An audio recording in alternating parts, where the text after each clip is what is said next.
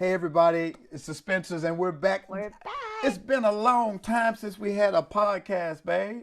Well, no, not too long. We took a little break, Memorial Day weekend, some other things came up, but we're back at it because we feel like we have something that married couples need to hear about tonight. And it's around communication. Okay. Communication is such a vital ingredient to a healthy marriage. Would you agree? Oh, it's the foundation. It's a foundation. It's one of the foundations, yes. Because without communication, how do you know what the other person is feeling? How do you know how to really be able to communicate, to get something across to them? So it's so important in every relationship. Yes. And you brought up something the other day I thought was so vital, and I never really heard that perspective before.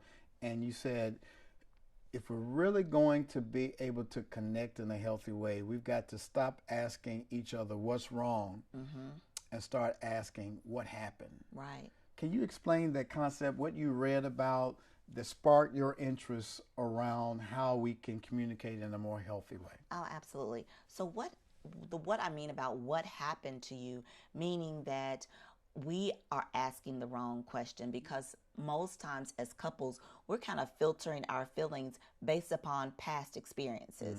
And sometimes our spouses are not privy to it.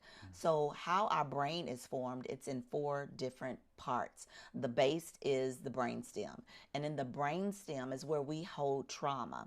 The trauma that we have experienced in our past, or even when we were children, or something that has hurt you. Everything is filtered through the brainstem, but before it gets up to the higher level in the cortex, which is the top level of the brain, which has the timing, the reasoning, the creativity, the hope, the love, then that particular part shuts down when we're in fight or flight mode, which is stemmed in the brainstem, which is considered our lizard brain, which we don't really most times have control over, because our heart is racing really fast and we're not thinking clearly. But if we take some deep breaths, yes, if we take those deep breaths and quiet our heart a little bit, then the information can travel through our brain correctly, so that the response that we give to our spouse is clear and not a one that is of anxiousness or in a fight or flight mode. And when you get to that higher level, what I understand that you explained to me is that that's where the creativity resides. Yes. That's where the passion resides. And in order to get to that higher level of communicating and not get stuck in our fear or our anxiousness, we've got to be able to discern whether our spouse is stuck in a place where they feel like they're still in a threatening situation. You cannot have passion in your marriage and feel excited and passionate and horny if you're mad, angry, and fearful. Absolutely. Right? Yeah. A woman needs to feel safe. Absolutely. We need to feel safe. And I'll say this, and a man does too. Okay. You know, a man needs to feel like I'm at home, I'm not threatened, I'm not under attack. And sometimes the stuff that happens in our past where we were traumatized becomes a filter through which we receive information. Absolutely. And so something can feel like something that's already happened in the past, right, and you get triggered. Because in the brainstem, it doesn't have any concept of time. So if there was any trauma, it feels like it was back then when the trauma Like it just happened. Like it just happened. Have y'all, fellas, have I ever been dealing with your wife and you'll say something or do something and she's like, what? What'd you say? And you're like, I said such and such. And all of a sudden her countenance changes. And it's like she becomes a whole different person. And you're like, what? I was just joking. I was playing. No, that felt like, right, or that sounded like, or that reminded me of. And before you know it, they're right back in that emotional space of something that happened months ago or maybe even years ago, because we keep a record in our bodies. Yes, our body does hold on to trauma. But what can happen in that time is if you are using your words and you was like, no, that felt like, or that sound like, as opposed to the spouse coming back at the other spouse with anger or with, some kind of judgment, just like, no, that's not what it really is. So that will help the other spouse calm themselves down so that they can realize, no, this is not that. Yeah. You know, the other day, I was telling my wife that I noticed she was very busy, very industrious, and she does this from time to time when she's feeling a certain kind of way. She was cleaning and mopping. I mean, she had the eyes of the stove removed. She had comets sprinkled in the sink. She was dusting and mopping. And I said, "Babe, are you okay?" She said, "I'm fine. I'm just cleaning up," which was my signal. She's not fine. Whenever she's short with me like that, I know it's something else going on. I'm like, what have I done now? And I say, "Babe, are you?" "I'm fine." And so I was like, "Whoop, I'm just going to back up. I'm going to let her have her moment." But the Holy Spirit would not allow me to rest in that moment and not take it personal. Holy Spirit began to speak to me and like, she's not well today. Meaning there's something deeply emotionally going on. And it dawned on me that you had just gotten back from Louisville and you spent time with your sisters. And y'all went for the express purposes on Mother's Day of all days, the first Mother's Day without your mom. And you all got together as sisters so you could go cherish your mother. And that was hard on you. That's very hard. Talk about that in terms of like how that impacted you and your mood that day. And when I came finally and embraced you and held you and said, "I know you're hurting. I know you miss your mama," you collapsed and you began to weep and we embraced each other. Talk about how hard it is sometimes to snap out of a place where you are emotionally, and what should what should your spouse do in that moment when you're feeling all these emotions bearing down on you? Well, one, your spouse should know what's going to work for the other spouse, because you coming and hugging me is what I needed. It may not be what another spouse will need. Another spouse may need maybe a handhold, or, "Hey, let's remove you from the situation. Let's go for a walk." It could be something very simple. But what was going on for me at that time was I was kind of going inward. I was thinking about, missing my mother and trying to, we were scheduling when we were going to clean out, all of her things. And so it was very difficult. My first Mother's Day without my mom. And so I'm an introvert by nature. And so how I recharge is by not being around people. And so I was trying to Even me? recharge. No offense, but yeah, even you sometimes. And I'm an extrovert. I've recharged by being around people. And for me, it felt like rejection, like you didn't want to be bothered with me. But it wasn't about me. No, it wasn't. It was wasn't. about you. Mm-hmm. And I saw Bishop Jakes say this other day, he and Lady Jakes. He says, sometimes when I come in the house and I'm going through something and I'm trying to process it, just because I'm quiet doesn't mean I'm mad at you. Exactly. Right? And he said, spouses, stop taking it personal. Men, we have got to learn how to be non-anxiously present, and not take it personal when our wives shut down or they start cleaning or doing whatever they're doing. We all respond to pain differently or grief differently. And for Rhonda, she needed to be embraced in that moment. And just for me to say, "I'm here for you." All of us deal with stress and pain and grief in different ways. And it's so important. When we think about, you talked about the brainstem and getting to the higher level of cognitive functioning where we have creativity and passion and all of that, eroticism. As married couples, we want to go straight to the erotic side, right? We want to get to the passion side. But if we haven't dealt with the emotions at the base level, in that root chakra, if we don't deal with fear and safety, we will be stuck in a perpetual fight or flight. What are some practical things we can do to move from asking what's wrong to what happened? What are some practical things to do to get from being stuck in fight or flight and getting to the place where people want to be erotic and passionate? Well, one, you have to be able to use your words. You have to be able to tell your spouse what's going on and make sure that the spouse hearing what's going on understands what's going on. And most men, like when they think something's wrong with their wife, they think they need to fix something. Oh man, talk about that. And 9.99% of the times, we don't need you to fix anything. We just need you to be present, emotionally present. Baby, it's hard. It's so hard to not fix stuff because we are fixers by nature. If something is wrong, we want to say, I'm Superman, I'm here to the rescue. But sometimes you just need what? We just need your presence. We just may need you to sit on the couch with us, grab our leg, put our feet in your lap, rub our feet, or, let's go get Watch TV with you. that. Let's go get some ice cream, or, something that's very low key, no stress. Because I think a lot of times when you come to me and it's like, what's wrong? In my mind, I'm like, if he don't go somewhere, and he stop asking me, because I'm trying not to say anything. So I'm tasting my words. And so until I can get those words, because I am stuck in a loop. Did y'all hear what she just said? She said, if he don't go somewhere and sit down and quit asking me what's wrong, I got to come back on that. Because she does the same thing to me. We are totally different individuals. Wait a minute. Let me put some bass in it. Look. I'll come in from a stressful day, right? And I want to decompress. I don't want to talk. I've used up all my words, and here she comes. And what's your favorite thing you ask me?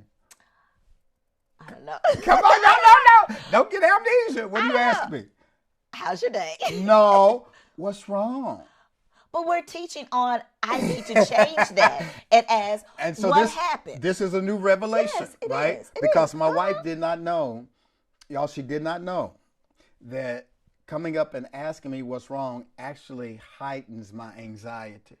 Because I'm trying to go in my cave and figure it out. Okay. And one of the things she used to do is get frustrated with me about is when I call my friends up and I'd be like, man, can you believe such and such and such and such, da-da-da-da-da. I called up another guy because I want a man's perspective, particularly, watch this, somebody in my profession who knows exactly the nuances of what I'm dealing with, so they could tell me, man, here's what you need to do. You need to do A, B, C. And I'm like, yeah, that's what I need to do. And I'll come out feeling better. But if my wife preempts that and she comes and say, what's wrong? I haven't figured it out yet. And I feel like a failure because something happened and I don't have the solution. And I'm still licking my wounds, and she says, what's wrong? So as you learned about moving from what's wrong to what happened, what pivot did you discover that you should make with me? That to give you that space and to ask you what happened in your day, as opposed to what's wrong, or even to say, is there anything I can help you with at this moment? So that I don't want to give you any anxiousness. I don't want you to feel a certain kind of way. So just using our words correctly. And another thing that men can do as well, if you're like my loving husband, you could also say, you know what, give me 10, 30, 40 minutes or whatever it is. So that's going to make me feel like, okay, well, I'm going to leave him alone for a minute, and I know you're going to come back and tell me. Question for you all that are listening. I want you to type in the comments real quick, or, email me or something later. What would you rather be asked of somebody you're in relationship with when you're going through something tough? Would you rather them ask you what's wrong, or would you rather ask them what happened to you? And the deep part, baby, about this thing that you just brought to my attention is that the what happened is not just that day. No. The what happened question also goes back in your past. What happened to you that you are responding to this stimuli in this way? Right. I had to go back to what happened to you in December when your mom passed. And you came back on Mother's Day sad and kind of agitated because anger is really grief turned inside out. And I had to say, what happened? Oh, mama died. She just got back from Louisville. And so I had to repent and come back and embrace you. So I want y'all to type, which is easier for you, what's wrong or what happened? And I got to tell y'all this. I got a testimonial. Uh-oh. So last night, I was processing all the stuff that I've been through, and it just kind of caught up with me. And I wasn't feeling good. And you recognized it, didn't you? Yeah, I did. And she was coming patting on me. You need anything? You good? I'm sitting in the tub. I'm soaking in my Epsom salt. I got my ashwagandha uh, Dr. Teal's Epsom salt. I'm soaking. I'm trying to calm my mind. She comes in, you need some water? I'm good, babe.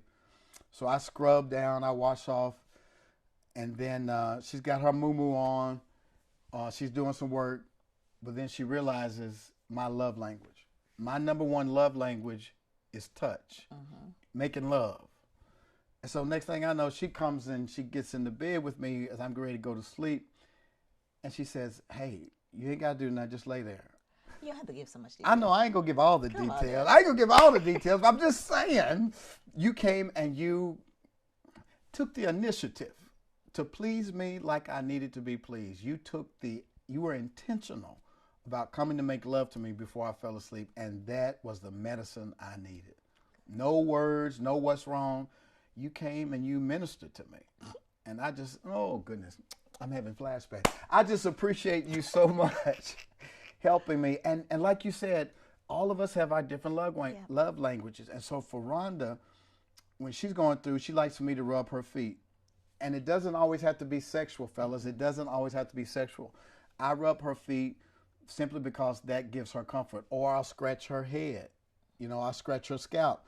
And she loves that. That's her. Or her love language is me helping to clean up so I can take some stuff off her plate without her asking me to. Absolutely. But the point is that we have to learn how to move from what's wrong with you Right. to how can I show up and have compassion. Dr. Tamar Bryant, noted psychologist, she said that she was doing a book signing and she saw this woman who we would say had a bad attitude at the end of the line. She was, and she said, oh boy, she's got an attitude. But then she shifted and put her psychologist cap on. She said, there's a woman in despair.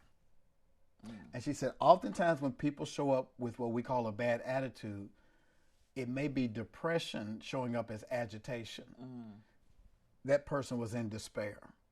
And we have to put on our compassion and to say, how can I help this person who's showing up in despair? You don't know what a person's been through when they show up in a way that is not appealing or in a way that seems obtruse. We have to be able to have compassion to say, what happened to them? How many times do we just pause instead of taking it personal and figure out what happened to that person? I don't think as humans we do that enough, that we do take pause to say, you know, this person is showing up in an inauthentic way, and let me just catch myself. And by catching yourself, you can kind of dissolve some anxiety in another person.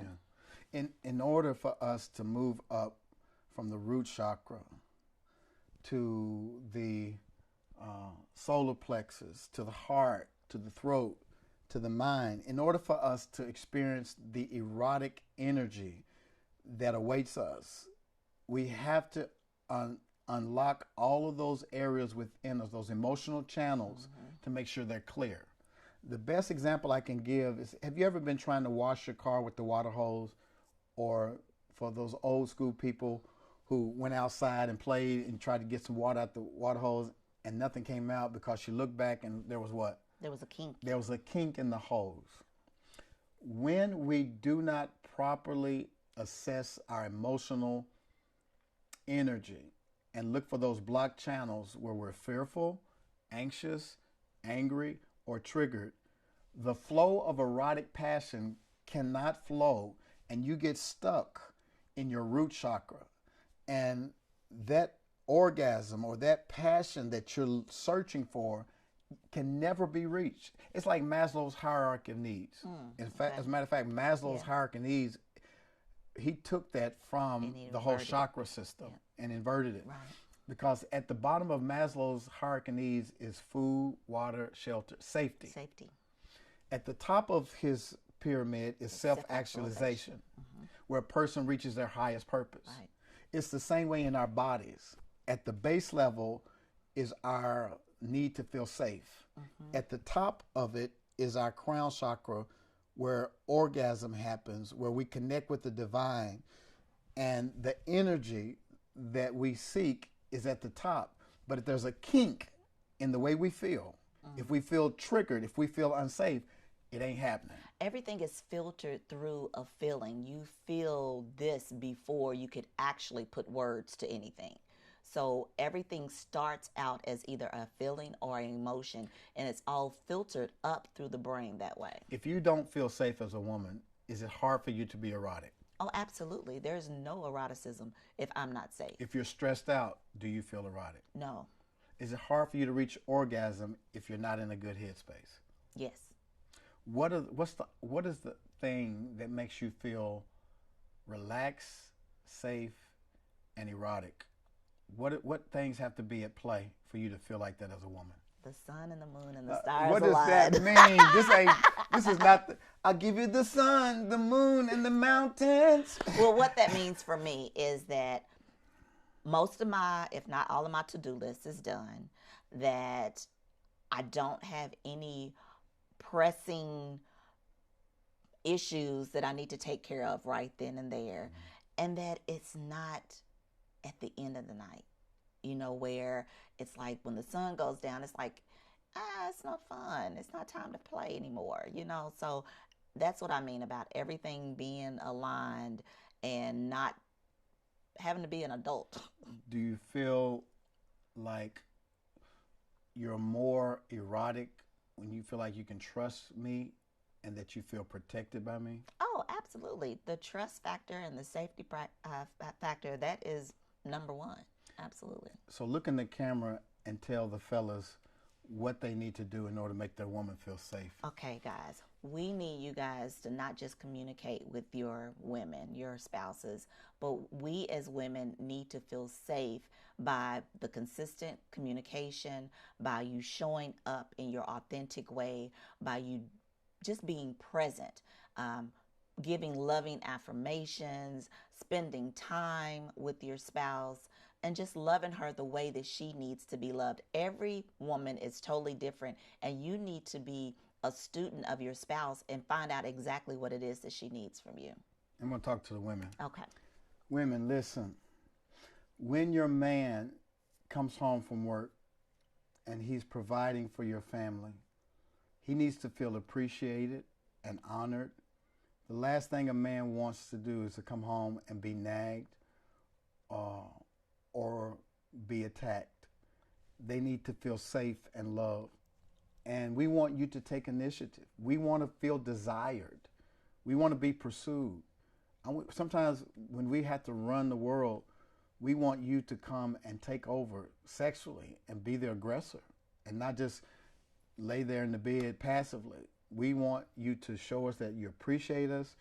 It's been said that a way to a man's heart is his stomach.